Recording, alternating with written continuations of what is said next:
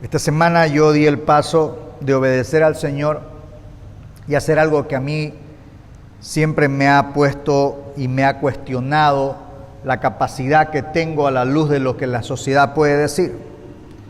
Muchos de ustedes ya vieron en un post que hice esta semana dando ese paso de obediencia, porque a final de cuentas, cuando nosotros como hijos decidimos obedecer al Padre, nos encontramos en situaciones donde el Señor nos dice que tenemos que dar pasos de obediencia, y esos pasos de obediencia a veces nos sacan de nuestro punto de comodidad y hacen que caminemos por lugares donde no estamos seguros, no nos sentimos cómodos, ¿no es cierto? ¿Dónde está cómodo usted? Usted está cómodo en lo que conoce, ¿no es cierto? Cuando nosotros salimos de ese punto de comodidad o de ese lugar seguro, empezamos a tener dudas, cuestiones y situaciones que son difíciles. Y el día de hoy yo quiero compartir con ustedes algo importante. Esta semana, después de haber dado un paso de obediencia, la pregunta más importante siempre es: ¿cómo agrado al Señor?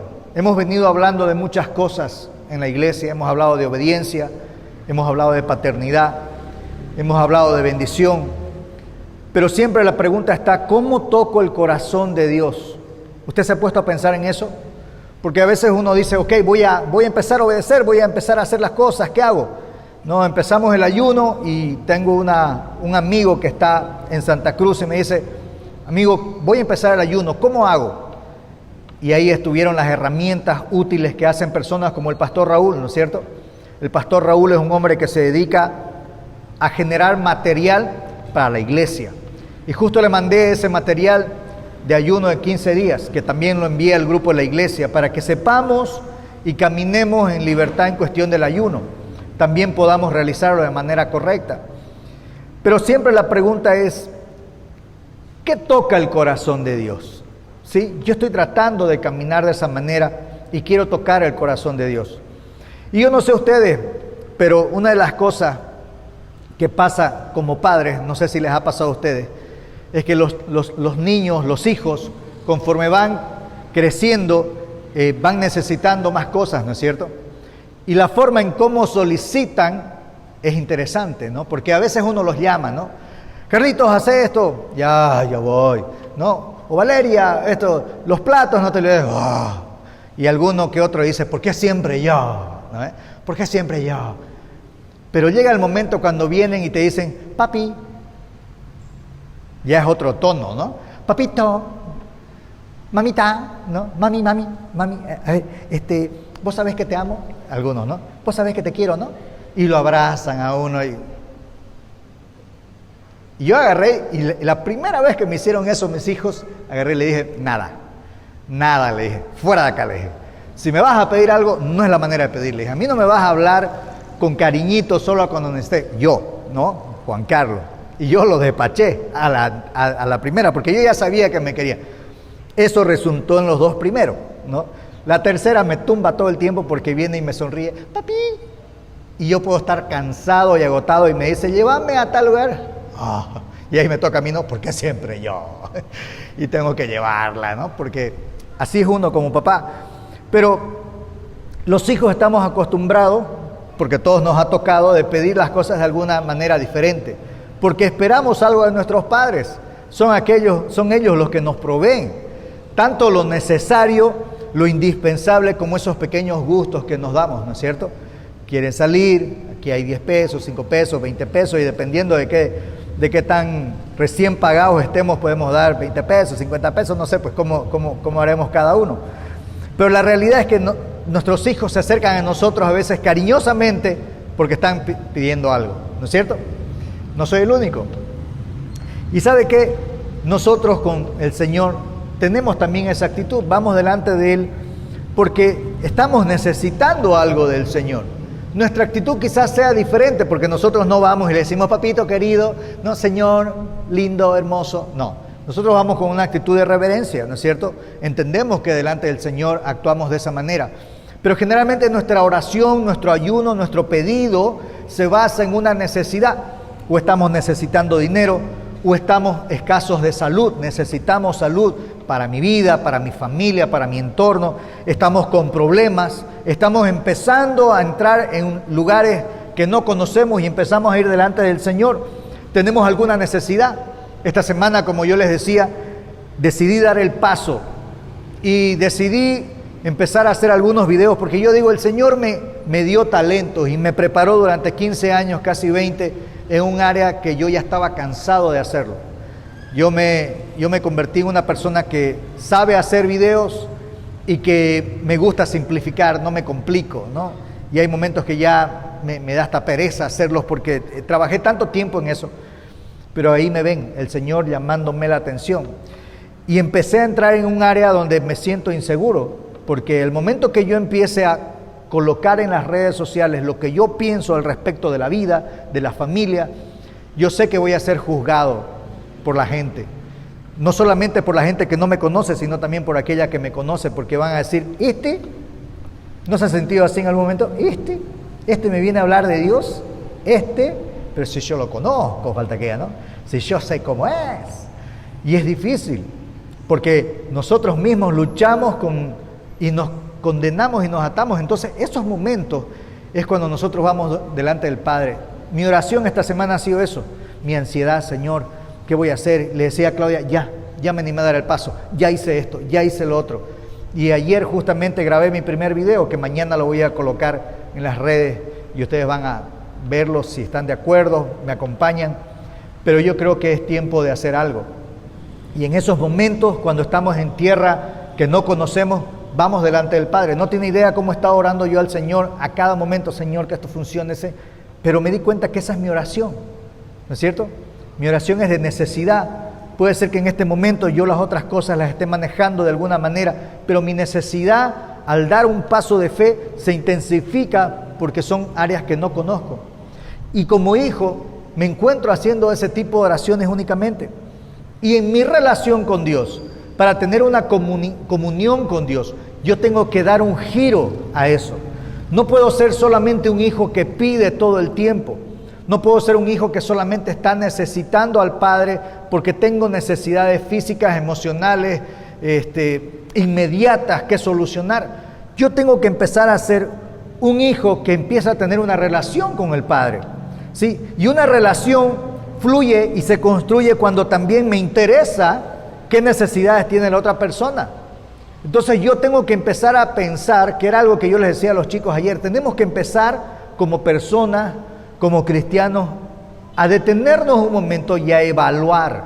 Debemos evaluar nuestra vida, debemos evaluar mi entorno, mi familia. Y a veces cuando hacemos eso, lo primero que hacemos es, soy un mal padre, soy un mal hijo, soy un mal hermano, y empiezo a castigarme, cuando en realidad la evaluación tiene que llevarme a dar diferentes pasos. Para eso sirve una evaluación. Cuando nosotros estábamos con Claudia sirviendo en una institución cristiana que se llama Cruzada Estudiantil, hacíamos muchos eventos evangelísticos para llegar a los chicos. Y lo interesante de eso, y yo aprendí muchísimo, es que se hacía el evento, por ejemplo, ¿no? La plenaria, ¡pum!, las luces, video, terminaba eso y lo primero que hacíamos era reunirnos y decir, ¿qué funcionó? ¿Qué no funcionó? ¿Qué se debe cambiar? Y la primera vez que yo estuve a cargo de un video, una de las primeras veces, yo tenía que hacer un video para las mujeres y era un video que hablaba sobre la maternidad y se ve en el video el nacimiento, la gestación y nacimiento de un bebé. Era hermoso el video y cantaba Ricardo Arjona, que a mi esposa le fascina, y hablaba ¿no? Y el video era hermoso y yo ya estaba listo para ponerlo, lo coloqué y al momento de editar el video me olvidé ponerle el audio, o sea, en el momento de exportarlo, es un tema técnico, pero no había sonido.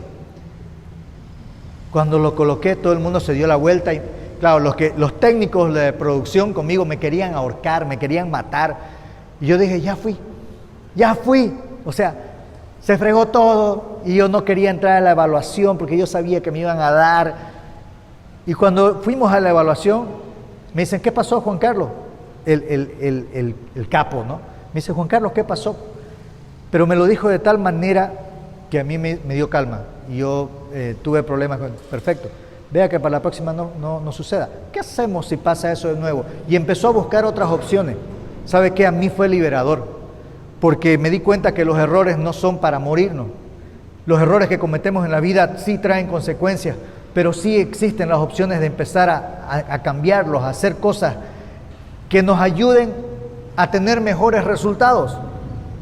Entonces, a la luz de eso, yo necesito evaluar mi vida sin castigarme, sin condenarme, sino entender las limitaciones que tuve hasta el momento que tomé la decisión, asumir los errores que he tenido a la luz de mis decisiones y empezar a buscar cómo corregirlo. Quizás hoy día usted está pensando, quizás mi relación con Dios no es la que debería ser. Me he convertido en un hijo que solamente busca a Dios intensamente cuando estoy en momentos de crisis. ¿Y sabe qué? El Señor a veces nos permite estar en momentos de crisis todo el tiempo porque es lo único que los mantiene cerca de Él. ¿No es cierto? ¿No se ha dado cuenta de eso a veces? ¿Por qué sigo en crisis? ¿Por qué sigo en este momento? ¿Por qué no puedo tener estabilidad en mi vida? ¿Por qué no aprendo a tener estabilidad espiritual con el Señor?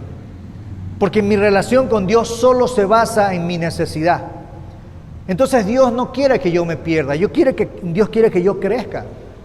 Entonces muchas veces permite que yo siempre esté a la orilla del abismo, porque es el único momento donde yo dependo de Él.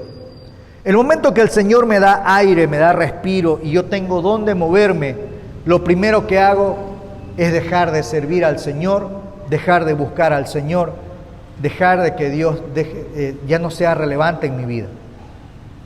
Entonces yo necesito, a la luz de mi evaluación como cristiano, como persona, a decidir cómo estoy con el Señor, cómo está mi relación con Dios. Por eso es la pregunta, ¿cómo toco el corazón de Dios? La relación no es solamente unilateral. Cuando Cristo murió por mí, permitió que yo tenga acceso al Padre, ¿no es cierto? Yo puedo ir delante de Él, yo puedo hablar con Él, pero también permitió que el Padre tenga acceso a mí. Significa que yo soy santo delante de Él, pero necesito ser tratado por el Señor. Entonces mi relación es de dos vías, y yo necesito saber qué le agrada a Dios. Necesito como cristiano entender qué cosas le agradan a nuestro Señor. Y no es que se trate de un negocio, no es algo que usted agarre y diga, bueno Señor, como sé que te agrada el ayuno, voy a ayunar esta semana, pero el viernes termino ayuno sábado. Usted me cumple mi oración porque me cumple. ¿Alguna vez has sentido así? Hay personas que dicen, yo ya no creo en Dios porque yo oré y nunca me respondió. ¿Cuál es la respuesta que necesito? Y yo necesito saber qué le agrada a Dios. El propósito de Dios en su palabra es que lo conozca. Mire lo importante que es esto. Y en 1 Juan 17:3 dice, y esta es la vida eterna, que te conozcan a ti, el único Dios verdadero, y a Jesucristo a quien has enviado. Jesús mismo está diciendo, eso es la vida eterna, que conozcamos al Señor. No habla y dice, y esto es la vida cristiana o la vida en Cristo o la vida con el Padre, que Él cumplirá todos tus anhelos y deseos solamente. Porque el Señor dice que va a cumplir nuestros anhelos, pero también dice que aprendamos a pedir y aprendamos a pedir conforme a su voluntad. Pero el Señor Jesús aquí nos dice, y la vida eterna es que te conozcan a ti, el único Dios. Necesito saber qué es lo que Dios espera de mí, qué desea su corazón por mí. ¿Qué cosa está anhelando de Juan Carlos? ¿Qué cosa está anhelando? Y van a disculpar, pero ustedes son mi iglesia. De Rosy, de Minita, de Mandy, de Claudia, de Adela, de cada uno de nosotros. ¿Qué espera Dios de nosotros? ¿Qué cosas Él ha entregado en nuestras manos que las estamos desperdiciando porque somos negligentes? ¿Qué cosas el Señor ha puesto ahí? Y en Romanos 12:1 dice, así que hermanos, os ruego por las misericordias de Dios, que presentéis vuestros cuerpos en sacrificio vivo, santo, agradable a Dios, que es vuestro culto racional. ¿Cómo me debo presentar al Padre? Y el Señor, y Pablo aquí lo dice, como sacrificio vivo, santo, agradable a Dios. Mi culto racional es algo que debo hacer todos los días. ¿Cómo me presento delante de Él? El ejercicio que hicimos hoy al comenzar el culto. Hay tiempos donde usted tiene que acercarse al Señor en acción de gracias. Padre, gracias. Y usted tiene que aprender esto. Señor, gracias. Tómese un tiempo para darle gracias al Señor. Siempre que empiece a hablar con Él. Padre, gracias por lo que tengo. Y empiece a levantar la mirada y a ver lo que Dios le da. Porque a veces nosotros, sabe que yo tengo una hamaca en mi cuarto, ¿no? Ya les había contado, ¿no? Me la regaló Orlando y Patti cuando fue mi cumpleaños y la pusimos en mi cuarto y yo soy feliz en mi hamaca. Y a veces estoy en mi hamaca y yo necesito mirar y decir, Señor, tú me bendices. O sea, todo lo que tengo es tuyo, de tu mano viene. Gracias, gracias. Presentarse delante del Señor en acción de gracias. Segundo, ¿cómo puedo ser santo? Confesando mi pecado. Yo necesito ir delante de Él y decirle, Señor, mire, estoy mal en esto, sigo lidiando con este pecado, sigo hablando malas palabras, sigo peleándome con los motoqueros en la calle, sigo peleándome con la gente en el trabajo, usted sabe con qué lidia, ¿no es cierto? Y cada uno de nosotros lidiamos con cosas diferentes. Padre, sigo siendo indiferente contigo, perdón. Y ahí, límpiame. Santo. ¿Cómo puedo ser santo si el Señor no me santifica? Y la santidad no se obtiene levitando o saliendo de ayunos y decir, listo, hasta aquí ya hice, yo creo que la santidad me alcanza, pues. Es un constante caminar. Yo hice un ayuno de 40 días. ¿Y sabe qué? Yo dije de este ayuno, y había una hermana que me decía, ay, yo quiero ver cómo vas a salir de ese ayuno, quiero ver lo que el Señor te va a decir, me decía, ¿no? Y yo estaba frustrado porque el Señor no me decía nada. Y yo iba 40 días ayunando y le decía, Claudia, qué frustrante este ayuno, le digo, o sea, ya lo levanto, pero ya estaba por el día 30 y algo y decía, no, mejor no lo levanto porque ya estoy muy cerca de los 40, ¿no? Era un desafío propio también el caminar y ser obediente en esa área, porque yo quería comenzar mi ministerio correctamente. Y yo había aprendido que el Señor Jesús ayunó durante 40 días y se fue al desierto y se apartó y estuvo con el Señor, con su Padre. Y yo quería eso. Y el Señor solo me dijo una cosa. Agarró y me dijo, Juan Carlito, yo me imagino que me dijo Juan Carlito, ¿no?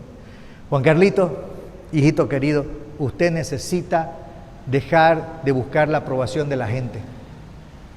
Nada más. 40 días para eso. Pero ¿sabe qué? Fue revelador porque yo me di cuenta que traía esa necesidad de aprobación desde mi niñez. Yo les contaba ayer a los chicos que en mi infancia y mi juventud, por razones de la vida, porque la vida es así, yo tuve a mis padres ausentes. Mi papá médico vivía con turnos de 32 horas y era muy difícil estar con él. Y la vez que llegaba a casa, él necesitaba descansar. Y yo les contaba a los chicos ayer que mi padre se levantaba y necesitaba arreglar algo y a las 11 de la noche se ponía a arreglar algo y ¿saben a quién llamaba? A este Pechito. Y yo odiaba que me llame a esa hora, ¿no? Pero era la única hora donde él estaba en casa y podía arreglar algo. Y era interesante, pero nosotros necesitamos empezar a dar pasos para buscar al Señor, para conocer al Señor, para empezar a agradar al Señor. Y debemos ser conscientes de que mi relación con Él necesita de esa dinámica, ¿sí? De esa dinámica con el Señor. Necesito ir delante de Él, necesito agradecer por las cosas que vienen de su mano, necesito ser santo confesando mis pecados. Ese es mi culto racional, diario. Usted hace iglesia en su casa. Para los padres, ustedes hacen iglesia en sus casas. Ese ejercicio no se limita a mí como padre, no se limita ahí, se tiene que extender a mis hijos. Si mis hijos están haciendo cosas que no deben hacer, es porque yo no estoy ejerciendo como padre lo que el Señor me manda hacer. ¿Se entiende? Mis hijos no pueden imitar una conducta que nunca han visto. Si mis hijos ven en mí un hombre o una mujer que solo asiste a la iglesia el domingo, solamente ora para comer y no depende de Dios, no se extrañe cuando sus hijos tomen la misma decisión que usted. Y cuando usted madure y se dé cuenta que se equivocó, será tarde, porque ese hijo aprenderá solo. Se lastimará y usted no podrá hacer nada. Y usted sufrirá. ¿Quién no sufre cuando nuestros hijos se lastiman? ¿Se acuerdan de la historia de Carlitos, no es cierto? Yo terminé llorando con mi hijo, porque yo quería que me suceda a mí, pero la realidad es que yo necesito ejercer ese culto racional, necesito buscar al Padre a mi forma. ¿Saben qué? Usted no es igual que la persona que está a su lado, usted es diferente. Yo me acuerdo que una vez me acerqué a un pastor, mientras mi búsqueda de servicio del Señor, le dije: hermano, quiero ser pastor, le dije, quiero ser pastor, ¿qué necesito hacer? Y lo primero que me dijo: deja de hacer chistes, me dijo, deja de molestar a la gente y tenés que cambiarme. ¿Sabe qué fue? Yo me volví y dije, me subí al auto, le dije: nunca voy a ser pastor, le dije a mi mujer. No, porque yo no, ese no es mi carácter. Entonces usted va a encontrar personas muy respetuosas con el Señor, que tienen un protocolo antes de hablar con Él. Hay personas que mientras están manejando en la moto, mientras están haciendo así para que no se le entren los bichos en los ojos, están orando, y está bien. Hay personas que durante el trabajo están cantando una alabanza, pensando en el Señor, está bien. Pero yo necesito empezar a tener una comunión con el Señor, necesito empezar a conocer qué es lo que el Señor quiere y espera de mí. Al final, que desea agradar a Dios siempre recibe la bendición. Si en mi corazón está y en mi actitud está agradar a Dios, ahí está la bendición. No necesito nada más. Cuando lo entendemos, no nos preocupa hasta dónde es la línea del pecado. Y quiero aclarar esta frase. Muchas veces me he encontrado con amigos o discípulos que me dicen: ¿esto es pecado? ¿Cuándo sé que estoy pecando? ¿Ir a una fiesta es pecado? ¿Tomar cerveza es pecado? ¿Bailar es pecado? Y me empiezan a cuestionar, ¿no? ¿Y si me arreglo con una chica que no cree en Dios, es pecado? Entonces, la pregunta que yo debo hacerme es: ¿le agrada a Dios lo que estoy haciendo? Cuando usted como cristiano deje de pensar cuál es la línea de pecado y se empiece a cuestionar qué es lo que le agrada a Dios de lo que estoy haciendo, usted recién habrá entendido cómo es caminar con Dios. Porque yo no hago o dejo de hacer cosas porque la iglesia o el pastor o las personas que me rodean lo dicen. Yo hago o dejo de hacer algo por lo que creo. El hombre hace lo que cree y lo que entiende. Si yo creo en Dios, si yo entiendo que Dios me está tratando mi vida y quiero agradarlo, antes de hacer algo no necesitaré llamar al pastor, no necesitaré cuestionarme si estoy perdiendo la salvación, sino decir: ¿esto que estoy haciendo le agrada a Dios? En mi relación y comunión con Dios, ¿esto que hago le agrada a Dios? Entonces yo dejaré de caminar en la línea fina del pecado que desagrade a Dios, ¿no es cierto? Nadie me dijo que era pecado. Nunca escuché una prédica que digan que esto es pecado. ¿Quién necesita tener una relación con Dios? Cada uno de nosotros. Y yo le quiero animar, hermano querido. Yo soy pastor de esta iglesia, pero también el Señor me ha desafiado a que yo no deje mi trabajo. Yo no puedo ser pastor a tiempo completo. Entonces yo tengo muchísimas cosas en el trabajo, en la iglesia, y como ustedes algunos me han visto, ¿no? Nos subimos con Jerry a prender el coso, estamos abriendo la puerta, hacemos de todo. Hasta que el Señor levante siervos que sirvan en esta iglesia. Porque yo no coloco gente a servir, el Señor coloca gente a servir. Y el Señor también retira a esa gente del servicio. Entonces quiero que piensen esto. Yo como pastor, tristemente no tengo tiempo para ir a ver cómo está usted, si usted leyó, si usted hizo su devocional, si usted no. Yo como pastor puedo dar oportunidades para servirlo. Esta reunión, la reunión del miércoles, los ayunos, los jueves y martes que estuvimos ayunando acá. El momento que usted necesite, pastor, puedo ir a verlo, venga a mi casa, le invito lo que haya en mi casa, ¿no es cierto? Venga, charle conmigo, estemos tiempo. Pero la responsabilidad es de cada uno. Porque cuando usted esté delante del Señor, no le va a decir: ese pastor pues, que usted puso en el año 2022 no me dijo que no tenía que hacer. Mi responsabilidad es personal. Yo como pastor tengo una responsabilidad. Usted como persona tiene una responsabilidad. Como padre, como madre, como abuela, como abuelo, como hijo, tiene una responsabilidad. Y nadie más que usted tiene una relación directa con Dios. Por eso es que tenemos que empezar a dejar de jugar al límite con Dios. No me arreglo con una persona no cristiana, no solamente porque no agrada a Dios, sino porque esa persona me terminará jalando donde no debo. Es muy difícil que sea al revés, porque a nosotros nos cuesta hacer cambios, ¿no es cierto? Entonces yo necesito conocer a Dios para saber qué le agrada. En Salmos 139, 23 y 24 dice esta oración que yo lo animo a que usted la haga. Examíname, oh Dios, y conoce mi corazón. Pruébame y conoce mis pensamientos.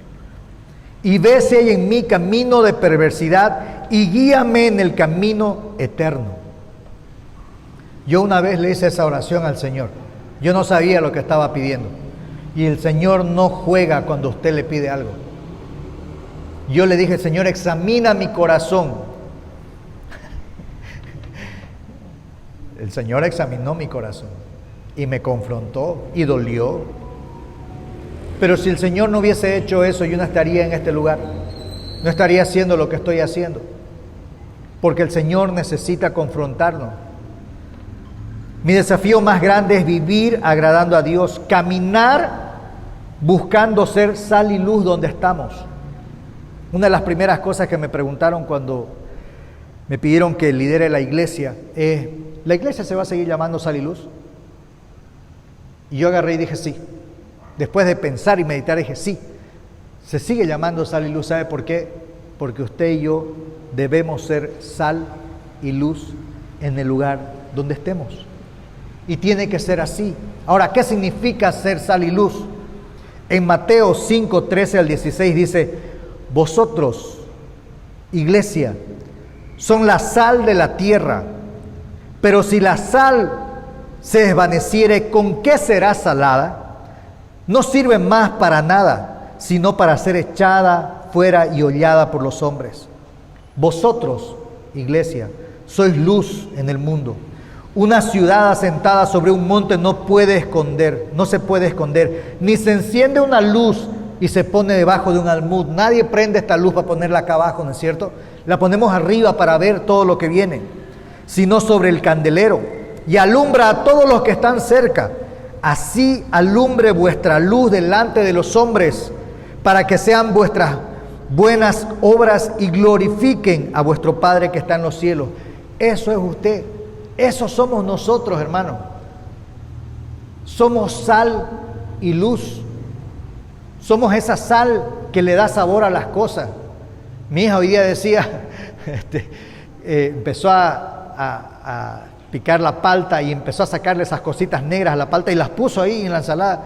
Y mi esposa le dice, pues, pero saca esas cosas negras. Le dice, le pones sal y no se nota. Dice, no, vos le pones sal y se intensifica el sabor, ¿no es cierto? Lo agrio se siente, lo gustoso se intensifica. Eso hace la sal. Le da sabor a las cosas. Una carne puesta en la parrilla sin sal, ¿de qué sirve? Una carne puesta en la parrilla con sal y que se la haga Juan Carlito, ¡ja! La gloria.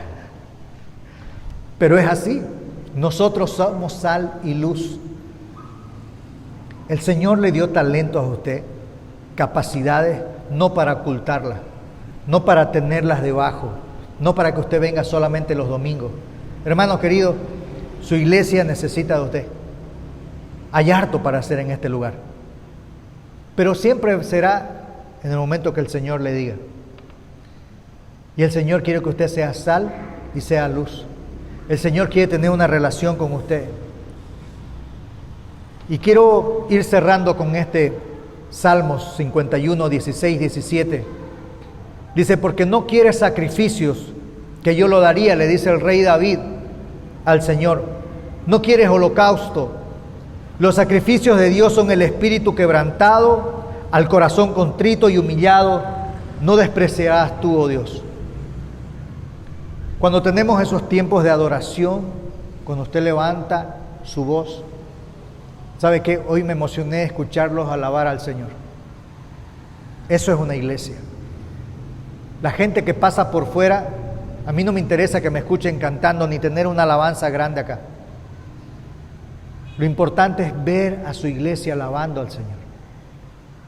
Cuando ustedes me ganan cantando, ahí es, ese momento. Cuando usted alaba al Señor con su corazón, cuando usted empieza a levantar una oración y empieza a derramarse delante del Señor, empieza a reconocer que necesita de Él, ahí es. Porque el Señor no necesita nada más de usted, más que su corazón, constrito y humillado. Dios no quiere una iglesia de lujos. Hermano, yo sé que en nuestro corazón está que un día esté techado, que tengamos aire, blindex, y que la gente venga y diga, wow, esa iglesia está pintuda, voy a ir a verlo. No le interesa eso al Señor. No le interesa que nos llenemos de actividades donde lo único que haga sea gastar nuestro tiempo. Aprovechemos que somos pocos. Yo quiero decirle esto, aprovechemos que somos pocos para amarnos como hermanos, para juntarnos cada vez que sea posible a alabar al Señor, para servir en su iglesia con amor, con gusto, con gozo. Porque va a llegar el día cuando en esta iglesia haya gente que no conozcamos. Pero estos tiempos los recordaremos porque el Señor nos habló, trató a su iglesia y nos enseñó a ser herramienta en sus manos. Y quiero cerrar con este versículo. En Isaías 6, 8 al 10 dice, después oí la voz del Señor que decía, ¿a quién enviaré? ¿Y quién irá por nosotros? Entonces respondí yo, dice Isaías, heme aquí, envíame a mí. Hasta ahí es bonito, ¿no es cierto?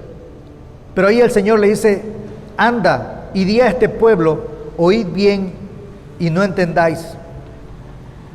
Ved, por cierto, mas no os comprendáis. Engruesa el corazón de ese pueblo y agrava sus oídos y ciega sus ojos para que no vea con sus ojos, ni oiga con sus oídos, ni su corazón entienda, ni se convierta y haya para él sanidad. Si nosotros omitimos lo que el Señor nos viene hablando como iglesia, va a suceder eso. Va a llegar el momento donde el Señor va a endurecer nuestro corazón y no vamos a poder disfrutar lo que Él tiene para nosotros.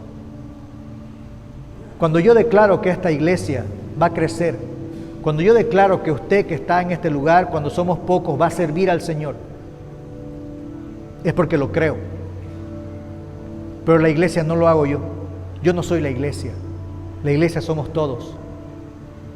Y yo necesito empezar a tomar mi posición como hijo de Dios, a conocer al Señor, a agradar al Señor, y eso va a dar fruto.